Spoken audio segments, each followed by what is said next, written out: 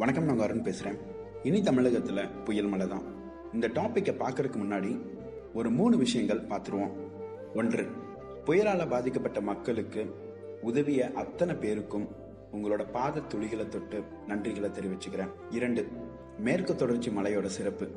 இந்த உலகத்துல இயற்கையால எங்கேயும் அமையாத ஒரு அமைப்பு நம்ம தமிழகத்துல இருக்கு. அதுதான் மேற்கு தொடர்ச்சி மலை.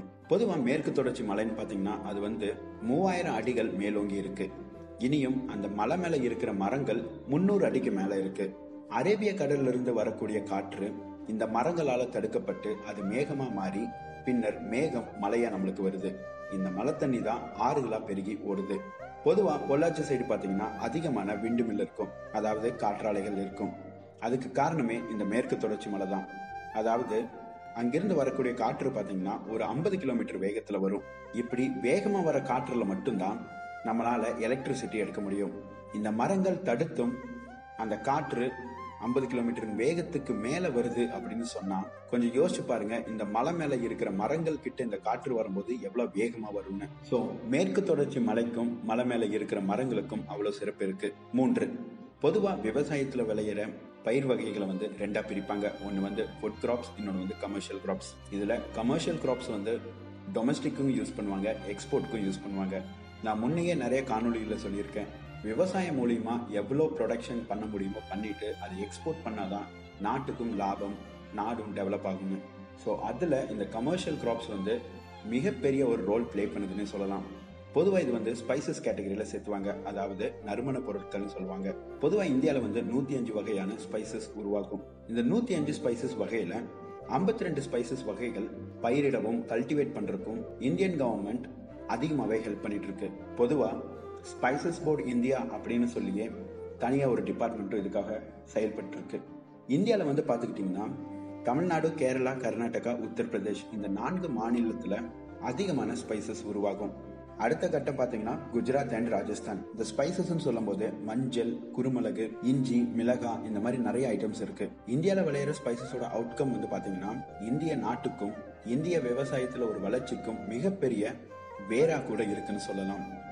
உதாரணத்துக்கு 2017 ஸ்பைசஸ் எக்ஸ்போர்ட் டீடைல்ஸ் நம்ம பார்ப்போம்.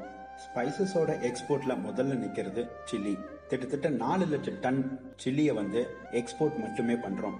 அடுத்தது சீரகம், 1,19,000 சீரகம் நம்ம எக்ஸ்போர்ட் பண்ணிருக்கோம். மூணாவதா நிக்கிறது மஞ்சள், 1,16,000 டன் மஞ்சள் நம்ம எக்ஸ்போர்ட் பண்ணிருக்கோம். இது வெறும் எக்ஸ்போர்ட்டோட கணக்கு மட்டும்தான். இனி டொமஸ்டிக் பர்பஸ் அது தனியா இருக்கும். நான் முன்ன சொன்ன மாதிரி இந்த 52 ஸ்பைசஸ்ல 20 to 25 ஸ்பைசஸ் மட்டும்தான் நம்ம எக்ஸ்போர்ட் பண்ணிட்டு இருக்கோம். இந்த 20 to 25 ஸ்பைசஸ்ல வர்ற இயர்லி டர்ன் ஓவர் பாத்தீங்கன்னா 2633 US மில்லியன் டாலர்ஸ். இதுல பெப்பர், புளி, இனியும் நிறைய விஷயங்கள் ஆட் ஆகும். சோ இந்த கமர்ஷியல் கிராப்ஸ்ல இருந்து நம்ம எவ்வளவு எக்ஸ்போர்ட் பண்றோம், நாட்டுக்கு எவ்வளவு வருமானம் அப்படிங்கிறது துல்லியமா இல்லைனாலும் இந்த ஏறத்தாழன்னு சொல்லுவாங்க இல்லையா, அந்த அளவுக்கு உங்களுக்கு நான் கொடுத்துட்டேன். சோ நான் பார்க்கணும்னு சொன்னது இந்த 3 விஷயம் மட்டும்தான்.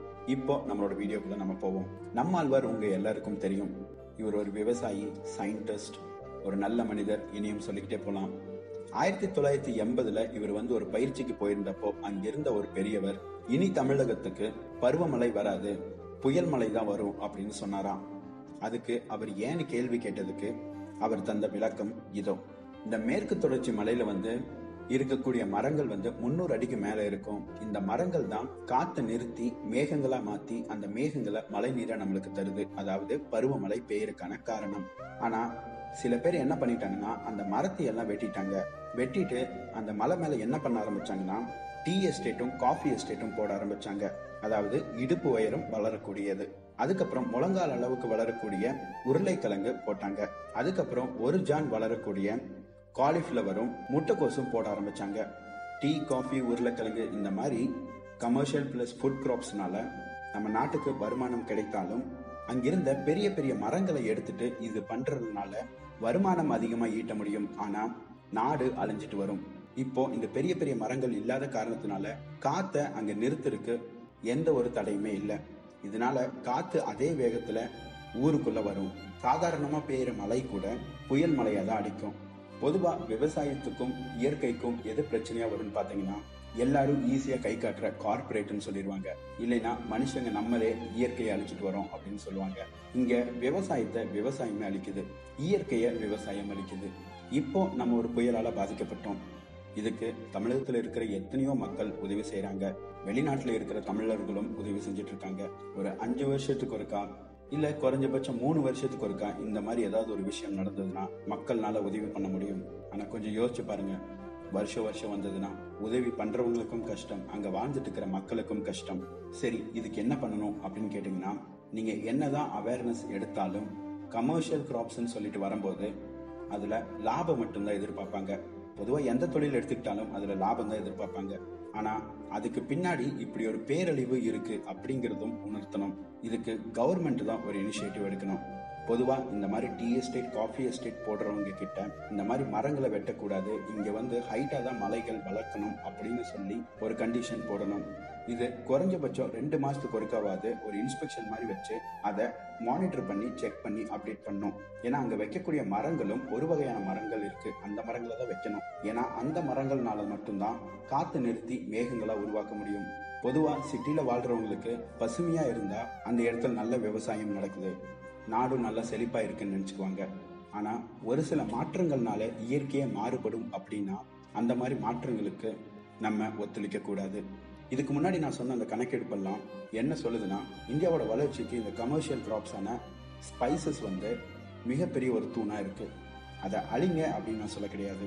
மலை மேல பயிரிடுற இந்த மாதிரி காஃபி, டீ இதுகளுக்கு மட்டும் அந்த மரங்களெல்லாம் வெட்டாம அந்த மரங்களும் வச்சுட்டு இருக்கிற இடத்துல இந்த தேயிலை தோட்டம் போட்டாவே போதும். அதிகமான லாபம் சம்பாதிக்கணும்னு சொல்லிட்டு இருக்கிற மரத்தை எல்லாம் வெட்டிட்டு அங்கேயும் பயிர் செஞ்சா நாளைக்கு விவசாயிகள் வயிற்றுக்கு ஒன்றும் இல்லாம கைத்துல தான் தொங்கணும். ஏன்னா வரப்போற பேரழிவுகளை தடுக்கணும், நம்மளே காப்பாத்திக்கணும் அப்படின்னா இது ஒண்ணுதான் வழி. நம்மளை நாமளே அழிச்சுக்கிட்டு இருக்கோம். ஆழி பேரலைனாலையும் இயற்கையின் சீற்றங்கள்னாலையும் மிகப்பெரிய ராஜ்யமா இந்த சோழ தேசம் வீழ்ச்சியை சந்தித்ததுன்னு சொல்லி இலக்கியங்கள்ல படிச்சிருக்கோம். பாண்டியர்களுடைய தலைநகரம் இதற்காகவே 3 முறை மாற்றப்பட்டுச்சு அப்படின்னு சொல்லி நம்ம படிச்சிருக்கோம். கொஞ்சம் யோசிச்சுக்கோங்க, 3000-4000 வருஷங்களுக்கு முன்னாடி வாழ்ந்துட்டு இருந்த நம்மளுடைய மன்னர்கள் 3 முறை தான் தலைநகரத்தை மாத்திருக்காங்க. நாளைக்கு வருஷம் நம்மளோட வீட்டையும் குடும்பத்தையும் மாத்திட்டு இருக்க முடியாது. சிந்திப்போம், கைகோர்ப்போம், செயல்படுவோம். நன்றி.